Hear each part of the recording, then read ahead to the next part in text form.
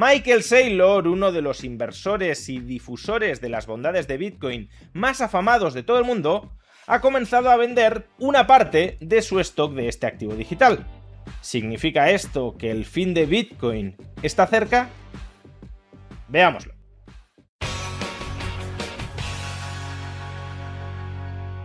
Michael Saylor, uno de los mayores defensores y difusores de las bondades de Bitcoin, ha comenzado a vender este activo digital, y ello a pesar de que en numerosísimas ocasiones prometió que jamás vendería una sola unidad de Bitcoin. Y claro, viendo que incluso Michael Saylor se está desprendiendo de una pequeña parte de sus tenencias de Bitcoin, es normal que cunda el miedo al apocalipsis. Si incluso Saylor está vendiendo, ¿no será que sabe que el fin de Bitcoin está cerca?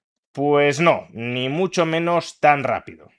Y es que si uno entiende a qué se dedica verdaderamente Michael Saylor, también comprenderá mucho mejor por qué tiene que vender unidades de Bitcoin. Michael Saylor es el presidente y fundador de Strategy, una tesorera de Bitcoin. ¿Y qué es una tesorera de Bitcoin? Pues una compañía cuyo modelo de negocio consiste fundamentalmente en comprar y atesorar unidades de Bitcoin. Y claro, es lógico que alguien se plantee, pero ¿cómo eso puede ser un modelo de negocio? ¿Qué valor añadido está generando una empresa que se limita a comprar Bitcoin? Si yo, como inversor particular, quiero invertir en Bitcoin, puedo comprar directamente Bitcoin. No necesito adquirir un vehículo, una empresa, que se dedica a comprar Bitcoin. ¿Cuál es el valor añadido que genera esa intermediación de la tesorera? De entrada podríamos pensar que el valor añadido que genera una tesorera es muy similar al que genera un ETF de Bitcoin. Un ETF de Bitcoin proporciona a los inversores un activo financiero que mimetiza el precio de Bitcoin, de tal manera que si un inversor no quiere adquirir directamente Bitcoin, sino que prefiere, por ejemplo, por facilidad para venderlo en los mercados financieros, un activo financiero que tenga una exposición total al precio de Bitcoin, pues ese inversor invierte en las participaciones de un ETF de Bitcoin. El ETF compra unidades de Bitcoin vendiendo participaciones, de tal manera que existe una conexión estructural entre el precio de las participaciones y el precio de las unidades de Bitcoin que ha comprado con ellas. Y así expuesto, creo que nos resultará más sencillo comprender las semejanzas y las diferencias que el ETF de Bitcoin tiene con una tesorera. De entrada, fijaos que el ETF convierte de cara al inversor un activo real como Bitcoin en un activo financiero como son las participaciones del ETF en Bitcoin. Y esto también lo hace la tesorera. La tesorera es una empresa que compra unidades de Bitcoin y que vende en los mercados financieros acciones sobre su cartera de Bitcoin. Por tanto, hasta aquí podríamos decir que se parecen. Pero es que la tesorera va un paso más allá.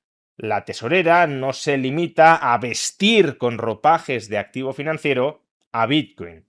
La tesorera quiere crear sobre Bitcoin un activo financiero que transforme la naturaleza de Bitcoin. ¿A qué me refiero con esto? Pues sobre todo a una característica bastante clara. Bitcoin es un activo que no genera ningún tipo de rendimiento explícito. Bitcoin no paga ni dividendos ni intereses. Como mucho, en el mejor de los casos, generará plusvalías, pero para realizar esas plusvalías hay que vender las unidades de Bitcoin.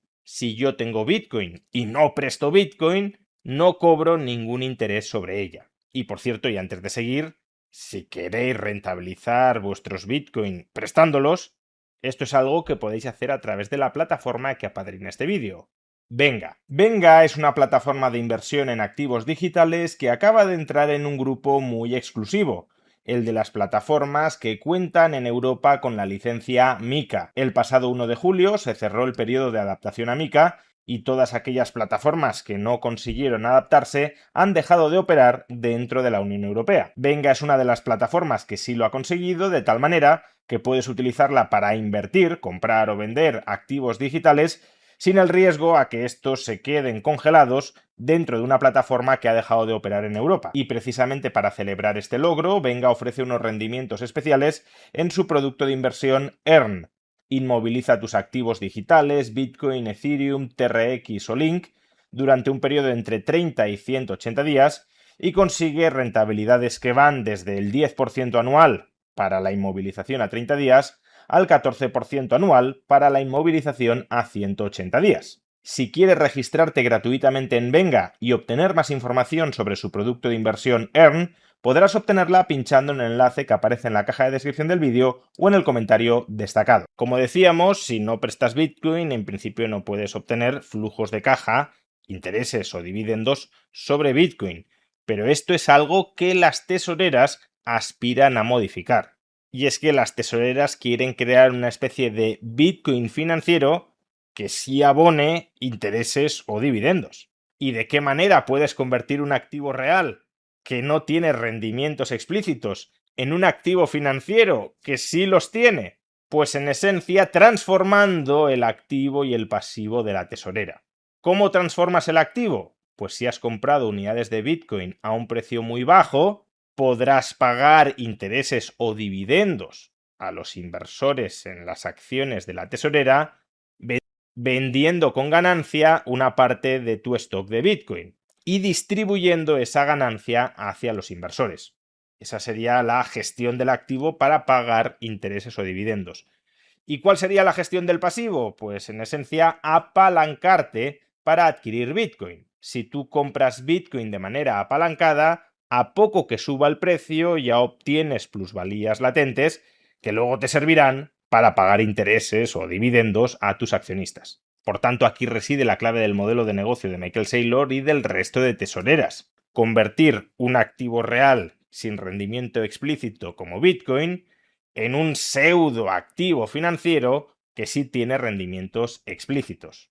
Pues bien, si este es el modelo de negocio de Strategy y del resto de tesoreras, daos cuenta de que al final inevitablemente van a tener que vender una parte del stock de Bitcoin que poseen para poder honrar sus promesas, para poder pagar dividendos a los accionistas de las tesoreras. Porque sí, durante un tiempo, y sobre todo si el precio de Bitcoin sigue subiendo, pueden evitar tener que vender unidades de Bitcoin para cumplir sus promesas, para pagar intereses o dividendos. ¿Cómo lo pueden evitar? Pues en esencia pides un crédito contra tu stock de Bitcoin que vale cada vez más y con el dinero que obtienes de ese crédito pignorado contra el valor de Bitcoin, pues vas distribuyendo intereses o dividendos.